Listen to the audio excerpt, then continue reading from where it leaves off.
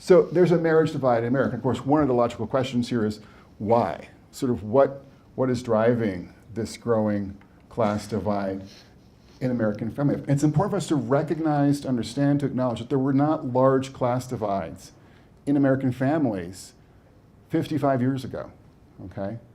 Upper class, middle class, lower class families were dominated by married, intact families.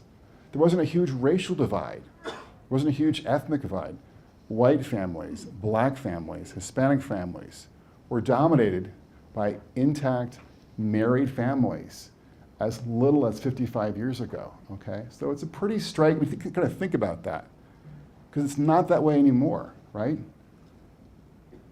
We've changed a lot, and in ways that are often, I think, quite negative since then, when it comes at least to sort of family structure for our kids.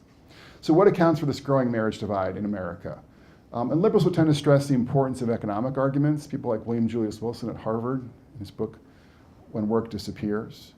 Conservatives would tend to stress cultural and public policy arguments. Obviously, people like Charles Murray in his book, Coming Apart, his book, Losing Ground. And what I want to suggest to you tonight is that I think actually on this particular question, they're both right. They both have something to tell us tonight about sort of what's happened to our families and why we are seeing this big class divide separating us, on the marriage front. So I'm going to talk about sort of changes in the culture. I'm going to talk about shifts in the economy. But I'm also going to talk too about what's happening in our communities and what's happening on the public policy front as well. I think all four of these factors are implicated in this growing marriage divide. But first, let's kind of talk about, arguably in some ways, the most important thing, and that is the culture. And when you kind of talk about marriage, it's important to acknowledge, to recognize that the vast majority of Americans think that marriage is a good institution. They would like to be married. It's still kind of part of people's sort of sense of the American dream, their aspiration for both themselves and for their kids. So, and that's true, again, across class lines and across racial lines. But I think that the challenge here from a cultural perspective is that Americans have also become much more tolerant, more accepting, more accommodating towards a variety of behaviors and norms that make it much harder to forge a strong and stable marriage. Okay, so in other words, we want sort of in the abstract this thing, a good and happy marriage, right? But we often are not kind of willing to sort of embrace the norms and behaviors that would allow us to sort of realize this aspiration, at a mass level. And sort of just to kind of make this concrete, like I would love to have a 32-inch waist, okay? I had a 32-inch waist when I was 22, okay? But I also really enjoy an iced vanilla latte in the morning, okay? And so my interest in sort of having a 32-inch waist is in tension with some of my eating and drinking routines, right? So the point I'm making here simply is to sort of say that there's a tension between some of our ideals as Americans on the marriage front and some of our norms and behaviors too that can stand in tension with that. What's interesting here is that this sort of cultural dynamic is definitely stratified by class here in the US. So what we're seeing here is that I think in some important respects, upper middle class Americans have kind of rediscovered a lot of the values and virtues on the family front that enable them to have these stable married families, more so than many of their working class and poor fellow citizens. So first, kind of thinking about the upper middle class, I think it's important to sort of just touch on this issue of divorce, for instance. And what's striking is that there's been, I think, a shift in attitudes towards divorce. I think in the 70s and 80s, a lot of folks across, class lines were embracing a more contingent approach to marital commitment, much more likely to sort of think that divorce was okay if that would leave you more fulfilled, for instance, more satisfied with your life. But today, there's been a shift away from that, and not just among conservatives, but even among progressives. And this kind of was illustrated in a story in the New York Times. It was entitled called How Divorce Lost Its Groove. And this story profiled women in places like Park Slope, Brooklyn, and in Seattle, And of course, if you know anything about these two places, these are very progressive communities. And even in these communities, what we're hearing is stories from women talking about how divorce has kind of gone out of fashion among their peers and the families that they've encountered. And in kind of explaining this, one Seattle writer said sort of this. She said, "What happened?" Talking about the sort of shift in attitudes towards marital stability and away from divorce. She said, in the 1970s, the feminists, the hippies, the protesters, the cultural elite all said it's okay to drop out of marriage. In contrast, we, talking about herself and her peers, and she's not a conservative, we made up our minds that we'd put our families first and ourselves second. We'd be good all the time. We would stay married no matter what and drink organic milk, okay? So you kind of can see the thinking, right? That she's sort of realizing that in terms of like the healthy lifestyle here for herself and her kids is not just organic milk, it's also putting your family first when it comes to marital stability. That was clearly kind of part of her mindset, and it was different from what she saw among many of the boomers, back in the 1970s, growing up. So again, this is kind of an illustration of this kind of shift in thinking. And we see when it comes to sort of attitudinal data that college-educated Americans on the right from the 70s to the 2000s became more likely to endorse restrictive attitudes towards divorce, even while least educated Americans, people without high school degrees, became more permissive in their attitudes towards divorce. It's kind of one example of this dynamic playing out. But I also kind of want to mention too this issue of kind of pregnancy, to sort of also kind of show you, I think, how this sort of cultural divide is kind of opened up between more educated and affluent Americans and working class and poor Americans in our country. And I'll kind of talk about this slide by also just mentioning kind of what I see happening in my class. So I teach a big sociology of family class at U.Va, got about 180 students in that class. And they're kind of middle of the road UVA students in terms of their politics. They're just kind of like, average Virginia, students. And what's striking about them is that when I ask them a question, are you sort of morally opposed to a woman having a child outside of marriage?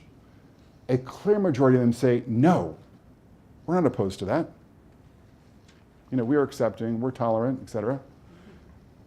And then in the very next slide, I asked them, and I have these things called clickers. You may have them here at CCU, where I can poll them in class anonymously, which is great, so they can kind of tell what they really think in these polls that we do in class. So I then asked them, would your parents freak out if you came home over Thanksgiving dinner and told them that you were pregnant or that your girlfriend was pregnant? Like 90% of them say yes, their parents would freak out if they came back with this information, right? So the idea here is that even though it's kind of like a public norm that they would embrace of acceptance, of inclusivity towards a variety of family forms and a variety of kind of pathways into family formation, kind of in the abstract, kind of in their global public ethic, when it comes to kind of their private reality and what their parents expect, much more traditional attitude towards childbearing, okay? And so this is kind of reflected in this slide. What we see here is that kids who are coming from highly educated homes where mom has a college degree are more likely to report that their parents, they would be embarrassed by a pregnancy. Whereas kids from more working class and poor homes or less educated homes in the middle and the left of these slides are less likely to say that they would be embarrassed by a teen pregnancy. So it kind of just illustrates how, again, in the abstract, Americans across the class spectrum are in favor of marriage. When you start to look at specific norms, specific behaviors, specific orientations about things like this outcome, there are class differences which have obvious implications for their ability to forge strong and stable marriages. So again, in terms of the cultural front, what I'm saying is just part of the story here is that we have a culture now where the upper middle class has kind of embraced bourgeois norms and behaviors, adapted for the 21st century that allow them to enjoy strong and stable marriages. But those same norms and virtues are not necessarily always endorsed or embraced by working class and poor Americans. But the story here that I'm telling is not just a cultural one. It's also an economic and a civic story. And when you look at both the economy and you look at our civic institutions, our communities, what you see is that many institutions that once kind of anchored our families when it comes to things like money, comes to things like moral direction, when it comes to things like giving support and counsel to couples and families, these institutions become weaker, more marginalized in the lives of many working class and poor Americans, in some ways particularly working class and poor men. So what is it that I'm talking about here? So on the economic front, what I'm talking about here is that our economy has changed in ways that have made it more difficult for men who don't have college degrees to find decent paying, stable jobs. And that's important because even in 2019, it's still the case that women are much more likely to marry a guy who has a decent job. And even in 2019, women are much less likely to divorce a guy who is stably employed. By contrast, when you look at like unemployment among women, for instance, it's not really a big predictor of divorce, but it is still for men when they're not stably employed. So what I'm suggesting here is that sort of shifts in the economy have eroded the economic position of working class and poor men in ways that have made them less attractive as husbands, make them more vulnerable to getting divorced when things go south on the job front. And as this next slide here indicates, things often go south on the job front for men in America who don't have college degrees. You can see here that spells of unemployment in the 2000s become much more common for less educated men than they are for college educated men, okay? So again, what I'm saying is this, the economy out there is changing in ways that impact men without college degrees much more powerfully than men who are better educated and who also tend to, make more money. And this is one reason why we're seeing this class divide open up in American family life. In other words, part of the story here is economic, it's not just cultural.